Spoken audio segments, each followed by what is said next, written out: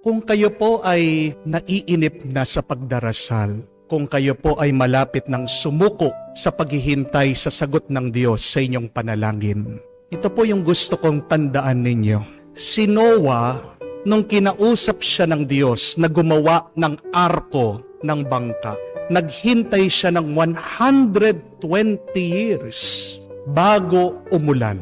Isipin niyo po yan.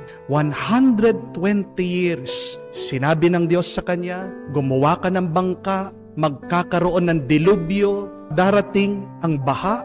Tinatawanan siya ng mga tao dahil napakatagal, 120 years. Pero naging tapat siya sa Diyos. Hindi siya huminto, hindi siya tumigil, naghintay siya. At dahil sa kanyang katapatan, anong nangyari? Sinong naligtas sa dilubyo? Sino ang hindi nalunod sa baha? Ang pamilya niya. Tandaan niyo din po mga kapatid, na si Moises ay 40 years na nasa disyerto, tumakas siya sa Ehipto, pero tinawag muli siya ng Panginoon para palayain ang kanyang bayan na Israel. Ang mga Hebreo, 400 years po silang alipin sa Egypt bago dumating si Moises na tumulong at naglaya sa kanila sa Ehipto. Sila'y nakalaya sa kanilang pagkaalipin. Tandaan niyo din po ito, na si Haring David, magmula nung pinili siyang maging hari, naghintay muna siya ng 15 years bago po siya naupo at naghari. 15 years. Si Joseph the Dreamer, 13 years po siyang nakulong. Doon sa Egypt, nakalimutan po siya. Kala din niya, nakalimutan siya ng Diyos. Pero kahit na walang nakaalala sa kanya, kahit na yung mga kapatid niya na binenta siya, hindi siya tumigil, naniniwala, nagtitiwala, nananalig sa Diyos. Mula sa pagkakulong, ano ang ginawa ng Diyos sa kanya? Pinalaya siya at naging kanang kamay pa siya ng hari ng Ehipto ng Pero. Mula sa kulungan, 13 years. Pagkalabas niya, nandun siya agad sa tuktok. Ang babae na ating narinig sa Ebanghelyo, ilang taon daw siya pumupunta sa mga iba't ibang doktor para magpagaling dahil walang tigil, dumudugo siya. Sabi po sa kwento, naubos na ang kanyang kayamanan, naghirap siya. Hindi lang yon, bawat magpapatingin siya, hindi siya gumagaling, lumalala pa ang kanyang nararamdaman. It happened for 12 years bago siya gumaling. Nakita niyang ating Panginoon. Napakaraming mga tao, anong ginawa niya? Nakipagsiksikan siya, nakilaban siya para lang makalapit sa ating Panginoon. At anong paniniwala niya? Mahahawakan ko lang ang kanyang damit, gagaling na ako. At yun yung nangyari sa kanya. Ang ating Panginoon, tandaan nyo din po ito, naghintay muna siya ng 30 years bago po nagumpisa ang kanyang misyon ng pangangaral, pagbabalik ng loob ng mga tao sa kanyang ama. Pero bago siya nagmisyon, ilang araw po siya nandoon sa disyerto, nag-aayuno, nananalangin, tinukso pa siya ng demonyo. 40 days. Napakatagal, naghintay siya. Pero pagkatapos ng kanyang pakikipaglaban sa demonyo, biglang dumating ang mga anghel, pinakain siya dahil gutom na gutom siya, pagod na pagod siya. Kung hindi naghintay ang ating Panginoon, nainip siya. Nasaan po tayo ngayon? Paano ang kaligtasan ng ating mga kaluluwa? Ako po, 10 years na akong pari. Bago po ako nakilala, bago niyo po ako nakita sa Facebook at YouTube. Ang tatay ko po, 60 years old na, bago po siya kumita sa project. Napakarami po pinasukan na proyekto ng aking ama. Bigo siya. Lugi kami. Yung isa, dinimanda siya. Yung isang kliyente niya, tinakbuhan siya. Kaya baon kami sa utang. Ngayon lang pong senior siya, first time po niyang kumita. Mga kapatid, kung naiinip ka na, nagsasawa ka na, at suko ka ng maghintay, tandaan mo, merong mga nauna sa iyo, mas matagal pa ang kanilang paghihintay, pero hindi sila sumuko. At dahil hindi sumuko yung mga naghihintay at nananalig sila sa Diyos, ano ang kanilang natanggap? Bendisyon, pagpapala, grasya. Pag malapit ka ng sumuko, tandaan mo din, ano ang sabi ng Panginoon? Dito sa Ama na kung saan binalita sa Kanya na, wala na, tapos na, patay na yung anak mo. Ano ang sinabi ng Panginoon? Manalig ka sa akin, maniwala ka. Tandaan din po natin ang napakagandang turo ni San Pablo. Philippians chapter 1 verse 6. That the God that has begun His work in you will complete it. God will complete whatever He has begun in you. Kung inumpisahan ng Diyos, tatapusin ng Diyos. Bakit nagdududa ka? Bakit nanghihina ka? Bakit nagsasawa ka? Dahil pag sumuko ka, talagang wala na. Amen? Pero habang may buhay ka pa, habang pinapalakas ka ng Diyos, habang humihinga ka, kahit na wala pa, maniwala ka, malapit na, hindi ka mapapahiya sa Diyos. Kala mo lang iniwan ka ng Diyos. Pero ang Diyos, tapat. Ang tanong, ikaw, tapat ka ba sa Kanya? Walang pagpapala kung walang katapatan. Kung tapat ka, makakaranas ka ng milagro at himala. Amen? Ano na yung matagal mong pinagdarasal? Yung business mo na gusto mong magtagumpay, maghintay ka at maniwala. Ang tagal mo na rin nagpapagamot hanggang ngayon, may sakit ka pa rin. Maghintay ka at maniwala. Nadidepress ka, nalulungkot ka, dahil may nawalang tao na mahal mo, hindi mo maintindihan bakit kinuha siya ng Panginoon. Darating din ang sagot, maghintay ka at maniwala. Whatever it is that you are praying, my dear friends, remember, someday, God will give you that grace as long as you remain faithful to God, because God is always faithful. God is our ever faithful God. Kaya ang tanong, gaano katatag, gaano kalakas ang ating paniniwala? Bakit ang hirap maghintay? Bakit naiinip tayo sa paghihintay? Bakit hindi tayo mapakali pag tayo'y naghihintay? Why is it so difficult to wait? Is it difficult to wait? Or do we make it waiting difficult? Ano po sa tingin nyo?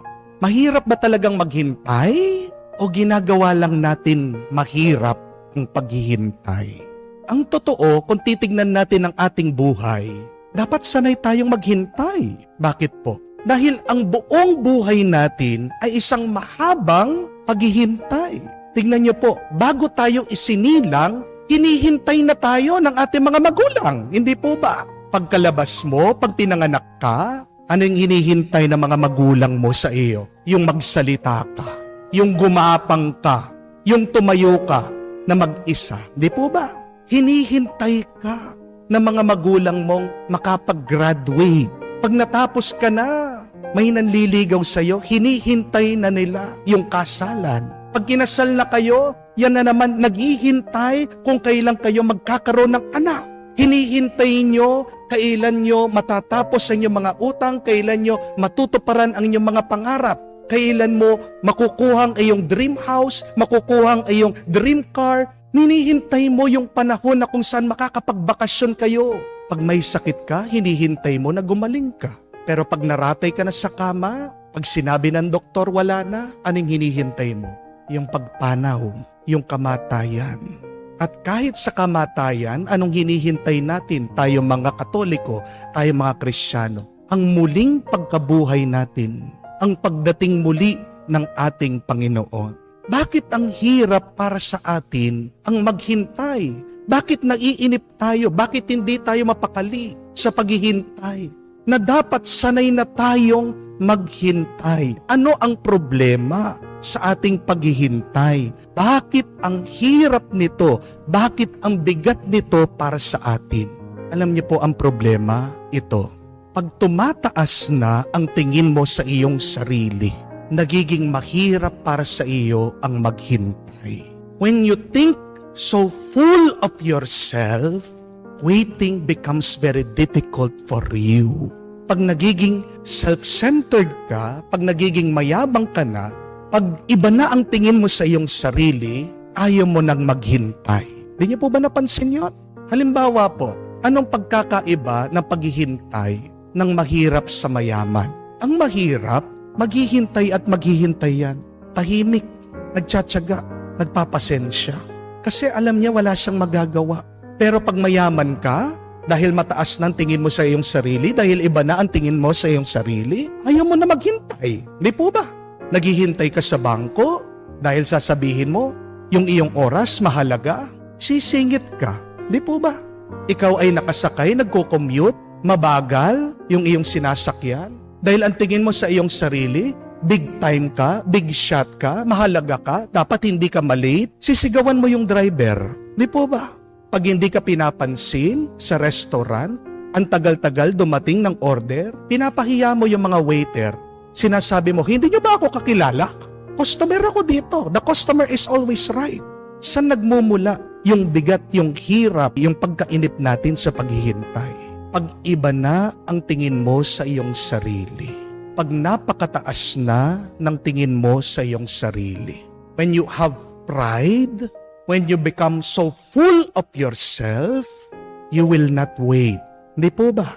Tingnan niyo po sa napakagandang ebanghelyo na ating narinig.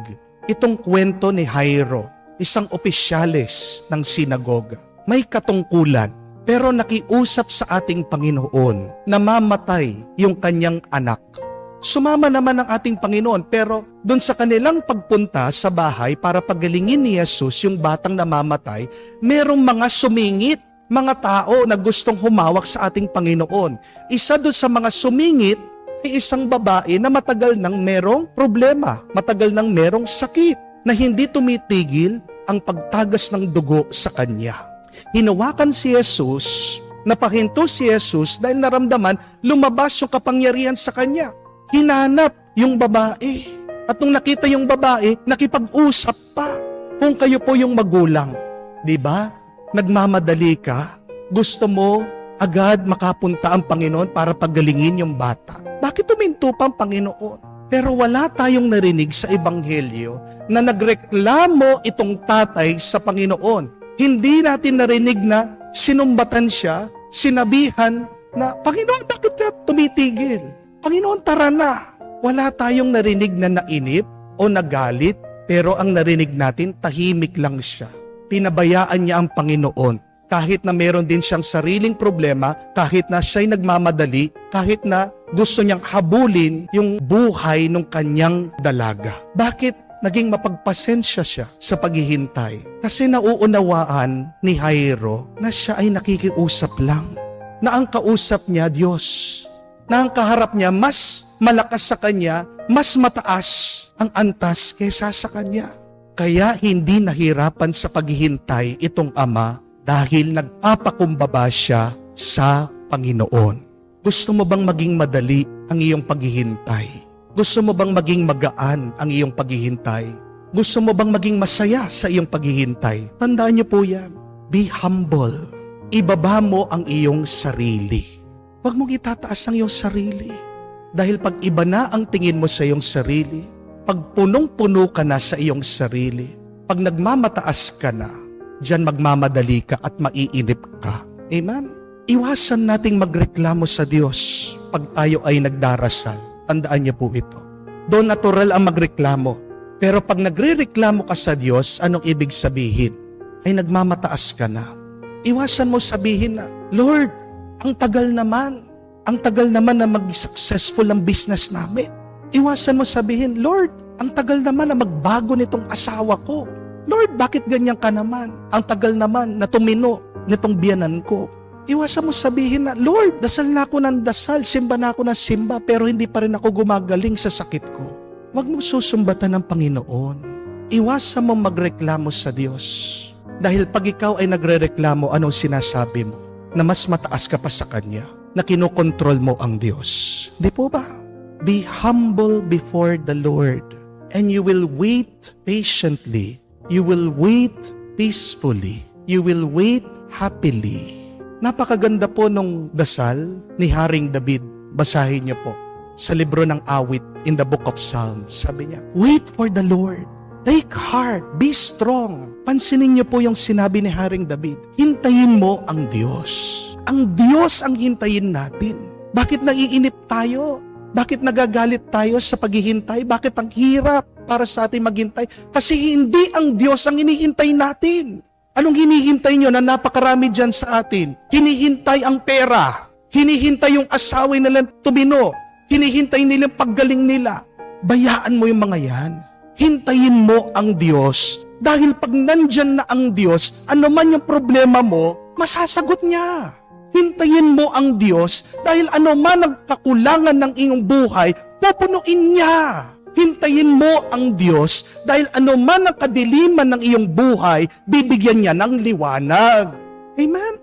Ulit-ulitin mo yon sa iyong pagdarasal. Magdasal ka na nagpapakumbaba, pero sabihin mo, I will wait for the Lord. Hihintayin ko ang Diyos dahil naniniwala ako pagdating ng Diyos, anuman ang imposible kong problema, walang kwenta yan sa kapangyarihan niya. Pupunuhin niya ang aking pagkukulang, sasagutin niya ang aking problema. Ang magbibigay ng lakas sa iyo, ang magbibigay ng kapayapaan sa iyo, ang magbibigay ng saya sa iyo sa iyong paghihintay ay ang Diyos.